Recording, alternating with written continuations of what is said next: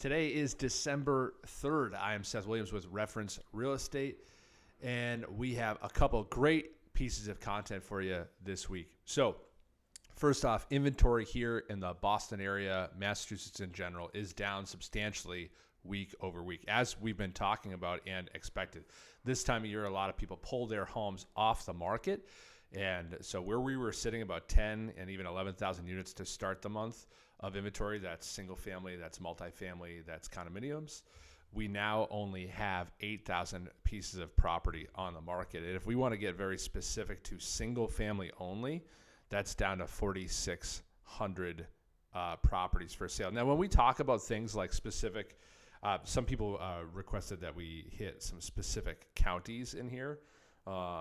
And when we do look at county-specific information, the reality is we have much less inventory when it talks about being hyper-local. So one of the biggest things here about being in the Boston area is affordability. So just in, like, for instance, Essex County, the total number of single-family homes is currently 399. When you add in condos and multifamily, that's 647. And when we look at Suffolk County, where I expect to be significantly more inventory, let me remove all these towns real quick. I do expect that to be up significantly, mostly in the condo and multifamily type inventory. So for condo, single family, and multifamily in Suffolk County, 1,241.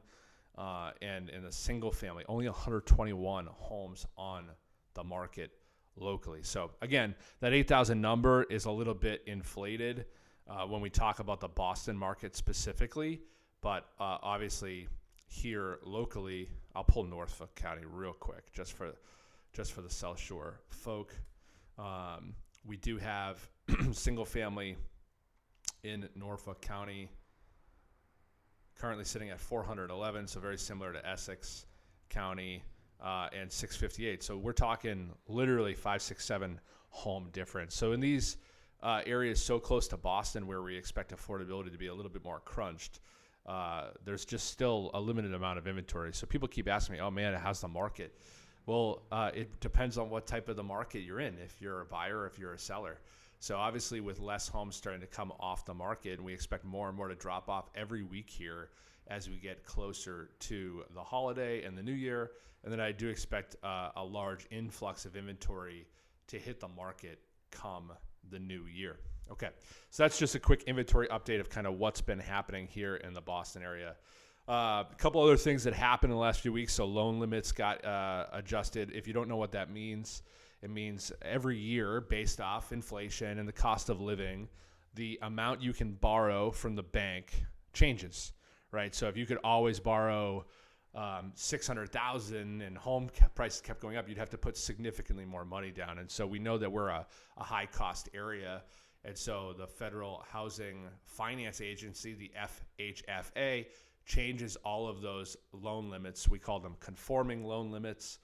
This is some deep nerd lender stuff. So hit up one of our preferred vendors for more information, or shoot me a DM and I'm happy to make a connect for you or answer some of your questions. But basically, the baseline, I'm going to read some info for you guys. The baseline for one unit properties is increased up to $806,500, which is up 5% from 2024 for high cost areas, meaning most of the stuff around Massachusetts and the surrounding states. And so for the high cost areas around Massachusetts, that's actually up to $1.2 million. Basically, what does this mean? So that means the conforming loan limit being $806,500. That means you can buy a home and put 5% down and borrow $800 some odd thousand dollars, which means you can pay somewhere closer to $860, $870. What is that exactly? 806, 500. Yeah, 848. Essentially, you would be able to purchase with only 5% down and be in this high balance conforming area. So every year as home prices go up, statistically appreciation up 5-ish%, we're going to see that number goes up as well to keep up with the cost of living. Additionally, FHA went up much smaller than last year. I believe that only went up about $24,000 or so. which is a decrease over what it went up last year. But same thing for those putting 3.5% down with the FHA program. Again, not a first-time homebuyer program, but a home incentive federally backed loan. Does come with some ups and downs. You can borrow a little bit more to keep up, again, with the cost of inflation. So all that's good information. We did also see mortgage demand jump significantly in the last couple weeks, 5-6%. Nothing. Well, I guess it's not that significant, but we did see that go up, which is a good indicator that even a slight decrease in rates, currently trending around 6.9, finally below 7 again.